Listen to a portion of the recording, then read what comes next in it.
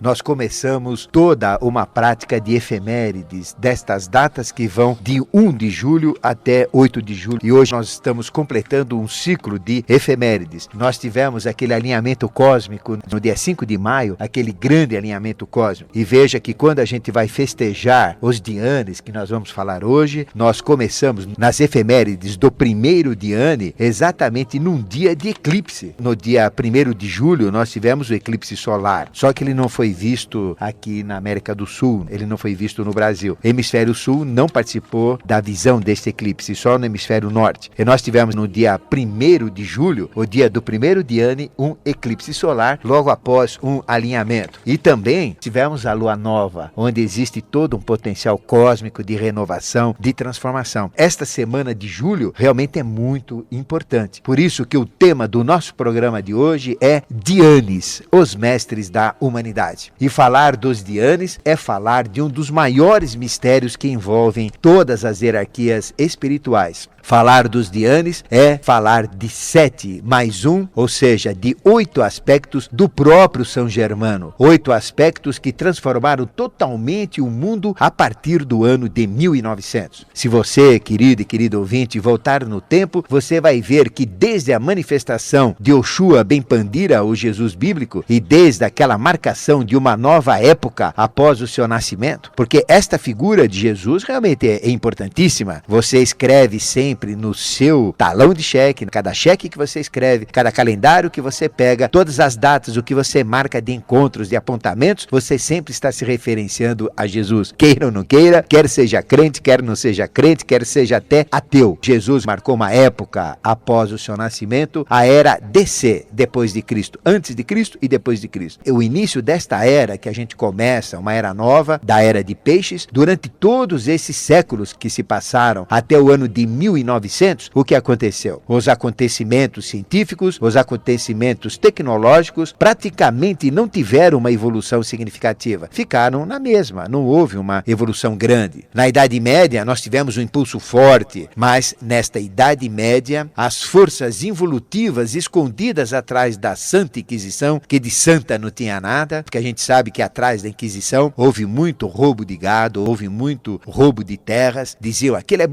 bruxa, para pegarem os seus bens. Houve muito erro, muita maldade. E atrás deste processo da Inquisição, nós tínhamos forças das trevas, forças anticrísticas violentíssimas, involutivas, que impediram uma forte manifestação do espírito filosófico e do espírito científico na época. E muitos pensadores, muitos alquimistas, inventores e os primeiros cientistas foram simplesmente mortos, foram condenados e até mesmo queimados vivos em fogueiras como verdadeiros bruxos e bruxas. Se analisarmos logicamente o conhecimento em todas as áreas que a gente tem, até o ano de 1900, tudo evoluiu muito, muito pouco. A gente percebe que praticamente o homem até 1900 não tinha muita diferença do homem da Idade Média. E a grande invenção que o homem usava nesta época de 1900 era a máquina a vapor, uma máquina primitiva de baixíssimo rendimento operacional, fazendo com que barcos pudessem se movimentar um pouco melhor nas águas. As locomotivas também. Mas se olharmos o que ocorreu de desenvolvimento em todas as áreas possíveis nos últimos 100 anos, ou seja, de 1900 até 2000, é realmente grandioso, é realmente assustador. Na mecânica da carruagem, nós chegamos à Fórmula 1 e da máquina a vapor chegamos às viagens interplanetárias através de módulos lunares, de foguetes, de toda esta tecnologia que o homem conseguiu. Na medicina, desde aquela aplicação antiga da ventosa, chegamos aos transplantes do coração. E da sangria, aquele processo para tirar infecções, perdendo um pouco do sangue, para reciclar o sangue, chegamos à clonagem, chegamos ao domínio do genoma e a todo este processo da modernidade que temos hoje. E na comunicação do correio a cavalo, chegamos na internet. Vejam só quanta coisa evoluiu. Toda esta evolução fantástica, assustadora, que nós estamos tendo uma oportunidade ímpar de participar, uma oportunidade real de vivenciar, é devida ao nascimento de 7 Dianes, de 7 mestres da humanidade, 7 mestres com aspecto masculino e um 8º Diane com aspecto feminino, que nós damos o nome oculto de Adamita. E este 8º é a essência tornou-se a geratriz dos próprios Dhyanis. Só que ela gerou de si mesma estes 7 seres em outra realidade hiperfísica para depois trazê-los à face da Terra. Os Dhyanis não nascem de mães humanas e nas condições humanas. Eles são gerados numa outra dimensão. E a própria geratriz surgiu como 8º Dhyani, como a progenitora e como aquela que vai cuidar consciencialmente desses próprios 7 Dhyanis. 7 Dhyanis que nasceram nos dias 1, 2, 3, 4, 5, 6, 7 de julho e a Damita no dia 8 de julho, e em nossa escola de iniciação eubiótica nós estamos comemorando nestes dias estas efemérides, realmente estes acontecimentos em todo o Brasil e principalmente nos próprios locais físicos onde eles surgiram na manifestação, que são no sistema de São Lourenço, em Minas Gerais, este sistema fantástico, no sistema de Itaparica, na Bahia, e no sistema do Roncador, no Mato Grosso. São 7 sistemas evolutivos, 7 sistemas ligados aos grandes mistérios. Nós temos no sistema de São Lourenço a cidade central, que é a própria São Lourenço, no sul de Minas. E ligado a esta cidade que é central, representa a síntese de todas, temos Pouso Alto, Itanhandu, Maria da Fé, Carmo de Minas, Conceição do Rio Verde, a minha querida São Tomé das Letras e Ayuruoca. Este é o sistema onde atuaram estas consciências, estes Dhyanis. Depois, no sistema da Bahia, em Itaparica, nós temos o centro em Itaparica. E temos as cidades de Brejões, Amargosa, Santo Antônio de Jesus, Nazaré, Cachoeira, Santo Amaro e Feira de Santana. São 7 cidades ligadas ao grande mistério de Itaparica. Itaparica, que é o início de uma fusão racial brasileira. E no sistema do Roncador, no Mato Grosso do Norte, mas bem ao sul, nós temos o centro em Nova Chavantina. E nós temos as cidades de Barra de Garças, Campinápolis, Água Boa, Cocalinho, Canarana, São Félix do Araguaia e Vila Rica. O Viviane aqui, ele é muito ligado a Canarana. Da mesma maneira que eu sou ligado a São Tomé, no sistema de Minas, o querido amigo e eubiota que é o Viviane, é ligado a Canarana. Uma cidade interessante. Uma cidade muito interessante. Muito. O centro destas 7 cidades é a 8ª, que é Nova Chavantina. E ligados a todos esses mistérios, nós temos os Dhyanis, que lá estiveram presentes. E depois, estes 7 seres especiais que nós vamos falar no nosso programa de hoje, foram espalhados pelo mundo, cada um deles ligados a um dos 7 chakras do planeta. Dhyani é um nome sânscrito e significa anjo, significa espírito angélico. E são as 7 mais uma maiores inteligências que até agora se manifestaram em corpos humanos, como aspectos do próprio São Germano, como aspectos do próprio Rei do Mundo, e que tiveram uma vida completa, desde pequenos até a idade adulta, até a idade da velhice, seres que no meio da humanidade conseguiram provocar aquilo que nós chamamos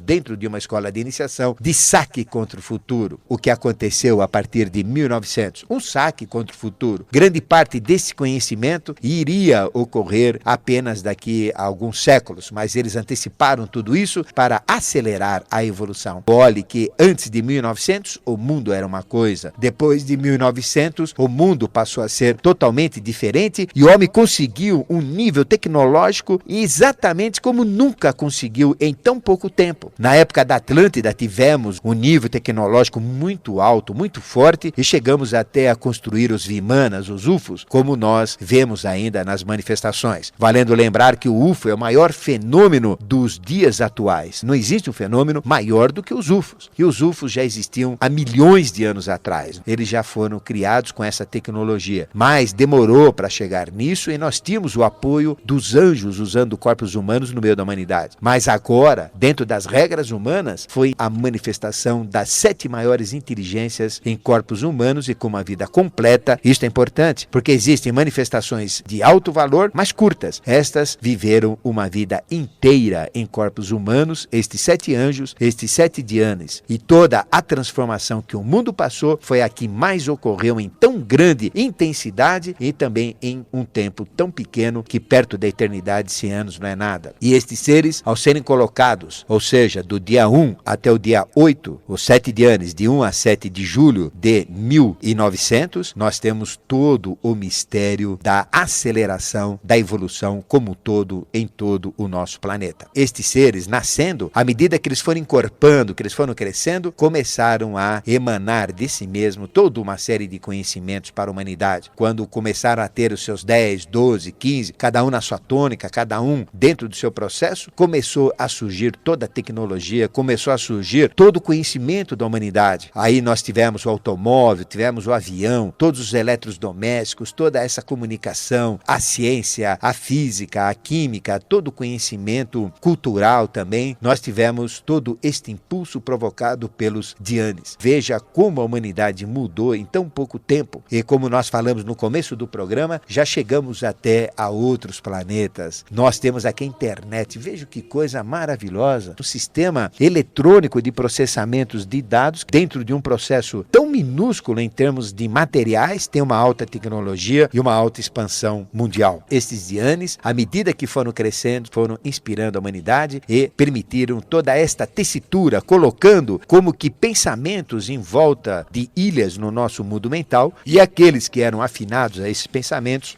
começaram a captar. E estes 7 seres mudaram totalmente o processo da evolução. Os 7 Dhyanis são 7 arcanjos dentro de corpos humanos. E seus nomes nós vamos passar para vocês. Eles têm nomes brasileiros, e esses nomes brasileiros, porque nasceram aqui e foram espalhados para o mundo. Mas depois eles adquiriram nomes das regiões onde eles passaram a viver e passaram a trabalhar. Dentro do conhecimento cristão, dentro de todo o conhecimento dos arcanjos, eles correspondem a 7 arcanjos. Nós temos o arcanjo do domingo, que é Micael. Temos o arcanjo da segunda-feira, que é Gabriel. O arcanjo da terça-feira, que é Samael. O arcanjo da quarta-feira, que é Rafael. O arcanjo da quinta-feira, que é Saquiel. O arcanjo da sexta, que é Anael. E o arcanjo do sábado, que é Cassiel. E estes 7 seres tinham em corpos humanos nomes brasileiros. Eu não vou dar o nome completo deles, porque a gente ainda não pode, mas eles tinham os nomes respectivos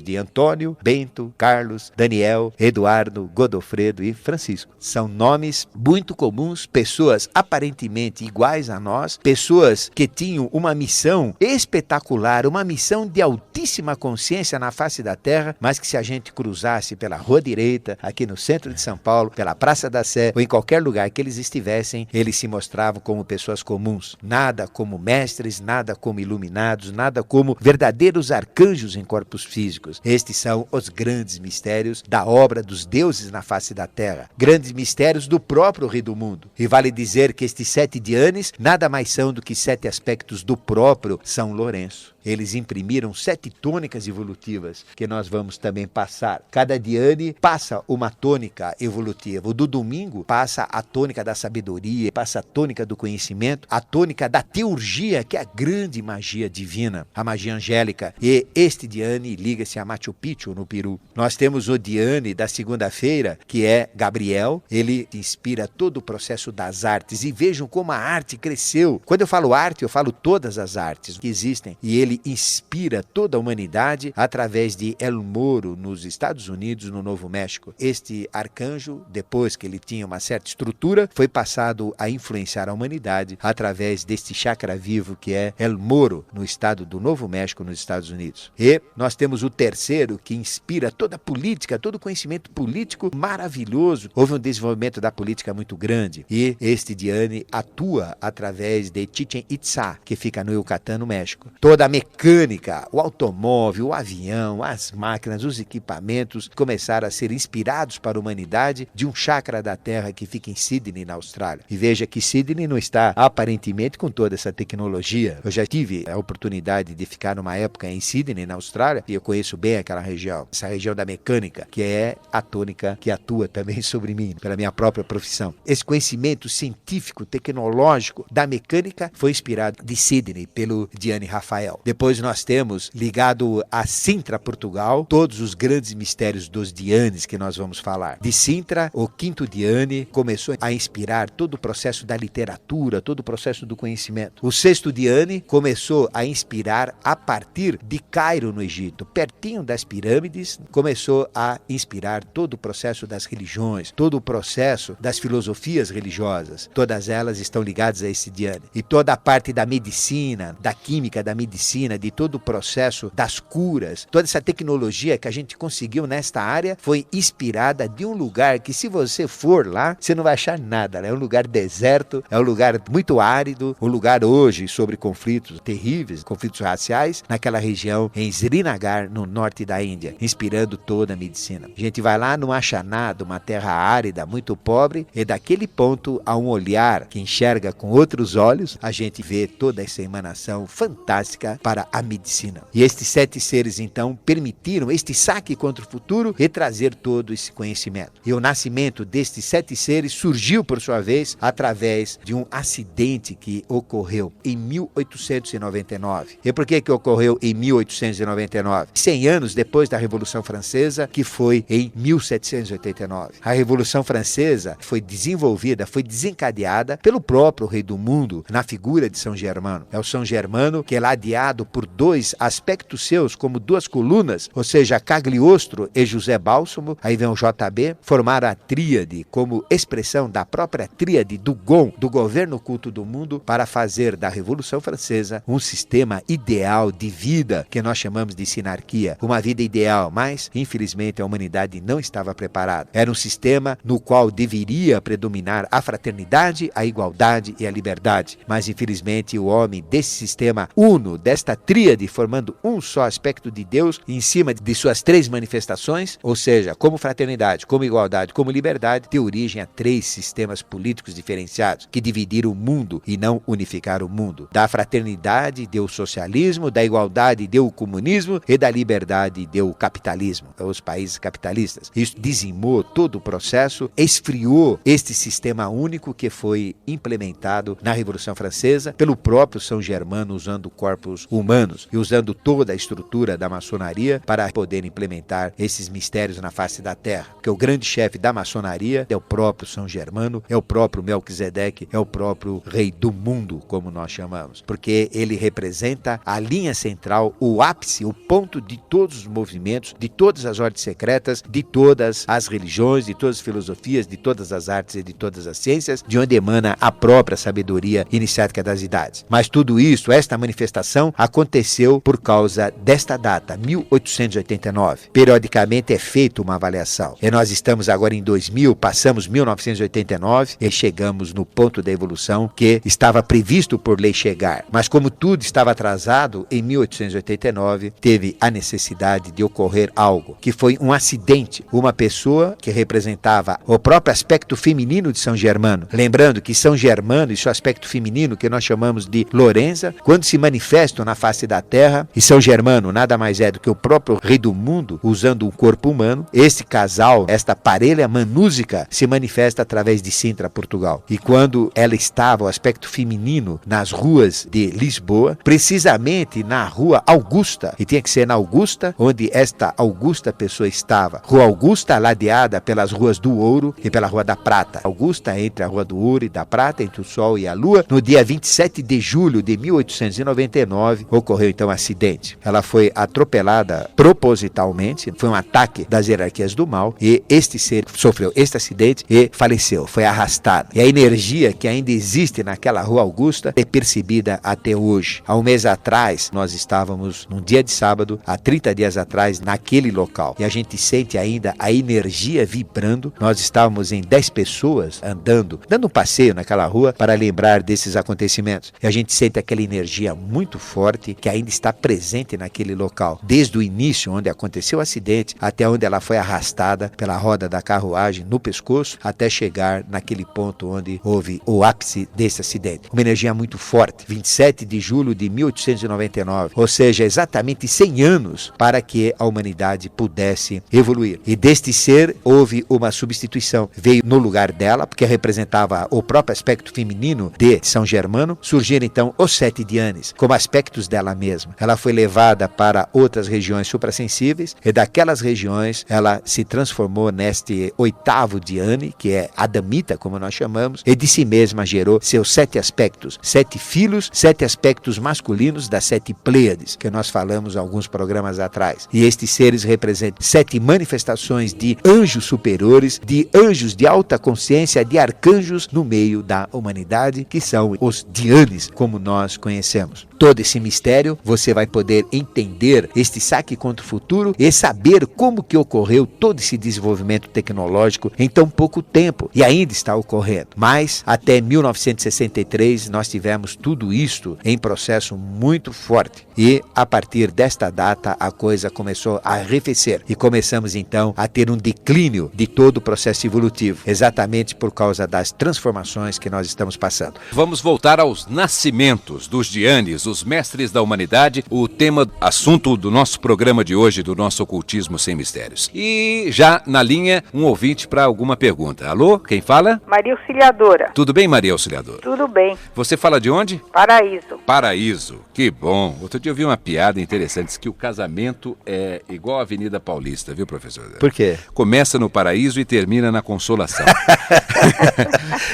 Maria Auxiliadora, tudo bem com você? Tudo bem. Ótimo. Qual a sua pergunta para o professor Ademar no nosso tema de hoje? Eu primeiro queria dizer que é um prazer falar com o professor, que é a primeira vez que eu consigo ligar e que eu fui aluna dele no básico e agora estou no nível 1 e continuo aluna dele nos programas de rádio. Pois não. E eu queria saber a relação, os Dhyanis estão relacionados aos chakras, ele falou dos chakras da Terra, e se isso tem alguma relação com os nossos chakras. Perfeitamente. Se a gente trabalha isso concomitantemente, os nossos chakras, os chakras da Terra e os Dhyanis. E os nossos chakras e os Dhyanis, a relação sobre tudo isso, né? Isso. Ótimo. Muito obrigado pela sua participação, Maria Auxiliadora. O professor Ademar vai responder agora pelo rádio para você, ok? Realmente é uma pergunta interessante, Maria Auxiliadora, porque os Dhyanis, como nós sempre falamos, estão diretamente ligados aos 7 chakras, partindo do domingo. O Dhyani que nós temos, que é Micael, liga-se a Machu Picchu, no Peru, que é o chakra da Terra, um dos 7 chakras. O Dhyani Gabriel liga-se a El Moro, no estado do Novo México, nos Estados Unidos. O Dhyani, que chama-se Cassiel, o arcanjo Cassiel, liga-se a Chichén Itzá, no Yucatán do México. O Dhyani Rafael, esse que o patinho Rafael também está ligado, no chakra de Sydney, na Austrália. Depois nós temos o 5º, que fica em Sintra, Portugal, que é o 5º Dhyani, que chama-se Saquiel. Temos o 6º Dhyani, que fica no chakra perto de Cairo, no Egito, que é o Enael. E o 7º Dhyani, que é Cassiel, que fica em Srinagar, no norte da Índia. E vale dizer que em Srinagar nós tivemos o ponto onde o próprio Jesus, dos 13 até os 30 anos, foi iniciado. Ele foi iniciado pelo seu irmão gêmeo. Por isso que a gente chama também Jesus de adepto tibetano de Tian Tsang. E Tian Tsang é o próprio Micael. Que não existe diferença entre o 4º, 5º e o 6º aspecto crístico, porque Deus é uniessência e trino em manifestação. E ligado a este 7º chakra, ligado a Cassiel, naquele local, nós tivemos os grandes mistérios crísticos, ou onde o próprio Yoshua Ben Pandira adquiriu a consciência crística e através do sacrifício do Calvário teve o seu esplendor. São mistérios maiores. A gente sempre fala que Jesus é um anjo. E se nós olharmos no Apocalipse, é um anjo caído no meio da humanidade. O próprio Apocalipse, no penúltimo parágrafo, você vai ver, revela quem ele é. Porque as revelações do Apocalipse são aquelas que o próprio Jesus fez para São João, na ilha de Patmos, naquele domingo maravilhoso, e tinha que ser no domingo, que é o dia dele. Ele falou, eu sou a estrela da manhã. Isso que ele fala no Apocalipse. E a estrela da manhã, nós sabemos que é Vênus, que é o planeta Vênus, ocultamente falando. E essa estrela da manhã, o planeta Vênus, ocultamente falando, é a própria 5ª hierarquia que corresponde à consciência de Jesus. E todos esses mistérios dos Dhyanis, eles ligam-se então aos chakras da Terra. E os chakras da Terra têm uma correlação direta com os nossos 7 chakras, ou 7 chakras que nós temos no corpo etérico. No corpo etérico ou vital, que envolve e interpenetra o corpo físico, nós temos 7 chakras. E também temos outros 7 chakras no corpo astral, que são 7 chakras astrais. Mas à medida que cada chakra desse tem uma ligação com a Terra, automaticamente tem uma ligação também com o próprio Dhyani. Ou seja, cada chakra que nós temos, físico nosso, eu falo físico no físico etérico, ou então no físico astral, tem uma correlação direta com o chakra da Terra. Existem 7 estados de consciência e cada um dos Dhyanis representa um desses estados de consciência. O chakra raiz, que fica bem no final da espinha, próximo aos órgãos sexuais, fica diretamente ligado à Terra. E é através do chakra raiz que nós temos o contato contato com a energia da Terra, que é Kundalini. Esta energia que é a inteligência criadora que os anjos da hierarquia do raio primordial usam esses mesmos dhyanis para planejar e para construir tudo que existe fisicamente na face da Terra. O chakra raiz liga-se ao mundo físico, ao mundo telúrico, a este mundo sensório que nós conhecemos. O segundo chakra, que é o esplênico, do lado esquerdo do corpo, na mesma altura do umbigo, 1 centímetro para cima, do lado esquerdo, que é o esplênico, liga-se a todo o corpo vital, a todas as forças vitais, a este etérico, ao vital. O chakra umbilical liga-se à consciência astral e o chakra cardíaco liga-se à consciência mental, que fica à frente do coração. O chakra da garganta, o laríngeo, liga-se ao mental abstrato. O chakra frontal, entre as sobrancelhas, liga-se à intuição e o coronal liga-se à percepção completa. E cada um destes 7 chakras nos coloca no estado de consciência, repetindo o raiz ao físico, o esplênico ao vital, a tudo que é vida, força vital, o umbilical ao astral, o cardíaco ao mental, do laríngeo ao mental abstrato, o frontal a intuição e o coronal a percepção crística. E também cada um destes 7 chakras nos coloca em contato com um dos reinos evolutivos. O chakra raiz ao próprio mineral, às forças telúricas, à terra. O chakra esplênico ao vegetal. O chakra umbilical ao animal. O chakra cardíaco ao hominal. O laríngeo ao angélico. O frontal aos semideuses e o coronal aos deuses. Existe esta correlação direta dos 7 chakras. E à medida que nós entramos em contato com estes chakras da terra, quer seja nos sistemas evolutivos que nós falamos, de São Lourenço, do Roncador e da Bahia, de Itaparica, nós temos todo um processo de aceleramento de nossa evolução. Os chakras representam portas de passagem para outros estados conscienciais. E tendo contato com estes chakras, fazendo exercício de chakras, participando de um processo da iniciação, a gente vai tendo gradativamente a influência dos dhyanis em nossa vida, em nosso ser, em nosso aprendizado, em nossa consciência. Existe essa ligação direta. E os ouvintes continuam participando conosco, ainda dá tempo. Tem mais um ouvinte na linha. Alô, quem é? Alô, é a